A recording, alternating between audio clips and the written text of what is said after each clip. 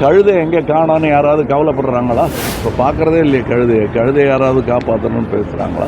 நாட்டுக்கு நல்லது நடக்குதுன்னா அது எதிர்கட்சியாக இருந்தாலும் அதை ஏற்றுக்கொள்ள வேண்டியது தான். இப்போ ஓட்டு காணாமல் போனது, பேர் காணாமல் போனதெல்லாம் ரொம்ப நாளாக நானே சொல்லிகிட்டு இருக்கேன். நீங்கள் கேட்டிருப்பீங்க, என்னோட பேரே காணாமல் போயிருக்கு. அதான் இப்போ துபாய் போயிட்டுருக்கேன் ஒரு அவார்டுக்காக. நாங்கள் எடுத்த ராஜ்கமல் எடுத்த அமரனுக்கு நிறைய அவார்டு கிடச்சிருக்கு. எனக்கும் ஒரு தெலுங்கு படத்தில் நடித்ததுக்கு ஒரு அவார்டு கிடச்சிருக்கு. அதை வாங்கிட்டு திருப்பி டெல்லிக்கு போக வேண்டியிருக்கும் துணை பிரதமர் எலெக்ஷன்.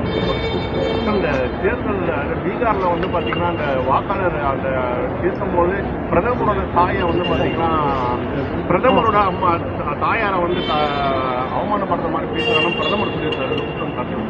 யாரையும் அவமானப்படுத்துற மாதிரி யாரும் பேச வேண்டிய அவசியம் இல்லை. இந்த ஓட்டு காணாமல் போனது, பேர் காணாமல் போனதெல்லாம் ரொம்ப நாளாக நானே சொல்லிகிட்டு இருக்கேன். நீங்கள் கேட்டிருப்பீங்க, என்னோட பேரே காணாமல் போயிருக்கு. அப்புறம் போய் கேட்டு கரெக்ட் பண்ணிக்கிறது அது ஒரு சின்ன விஷயந்தான். அதை விட பெரிய குற்றங்கள் நடந்ததாக எங்களுக்கு சந்தேகம் வந்தபோது நாங்கள் கொண்டு போய் லெட்டர் கொடுத்துருக்கோம். இதெல்லாம் நடந்துக்கிட்டே இருக்குது. இப்போ அதோடைய உச்சகட்டமாக ஒரு விஷயம் நடந்துகிட்டு இருக்கு. வெற்றிமாறன் அவர்களுடைய கருத்தை படிப்பாங்க. 2 நாளைக்கு மட்டும் பேசி கொடுத்து எனக்கு அது கவனிக்கல.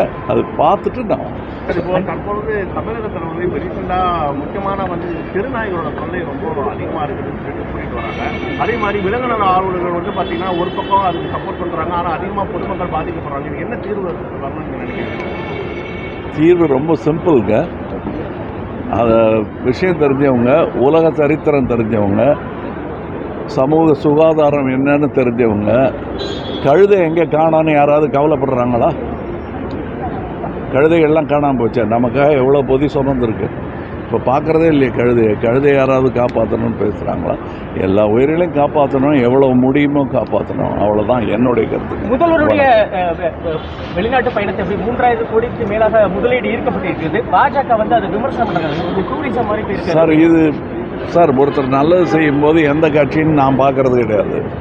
நாட்டுக்கு நல்லது நடக்குதுன்னா அது எதிர்கட்சியாக இருந்தாலும் அதை ஏற்றுக்கொள்ள வேண்டியது தான். அதை தான் இவர் பண்ணியிருக்காரு. நாளைக்கு அவங்க நல்லது பண்ணால் சொல்லத்தான். அமெரிக்காவோட 50% வரியை வந்து எப்படி பார்க்குறீங்க? நான் அதை பற்றி ஒரு பெரிய கட்டுரையே எழுதியிருக்கேன். அதுக்கு மேலே இப்போ சொல்லி அது நல்லா எழுதின கட்டுரையை நானே குழப்பிடக்கூடாது. நன்றி.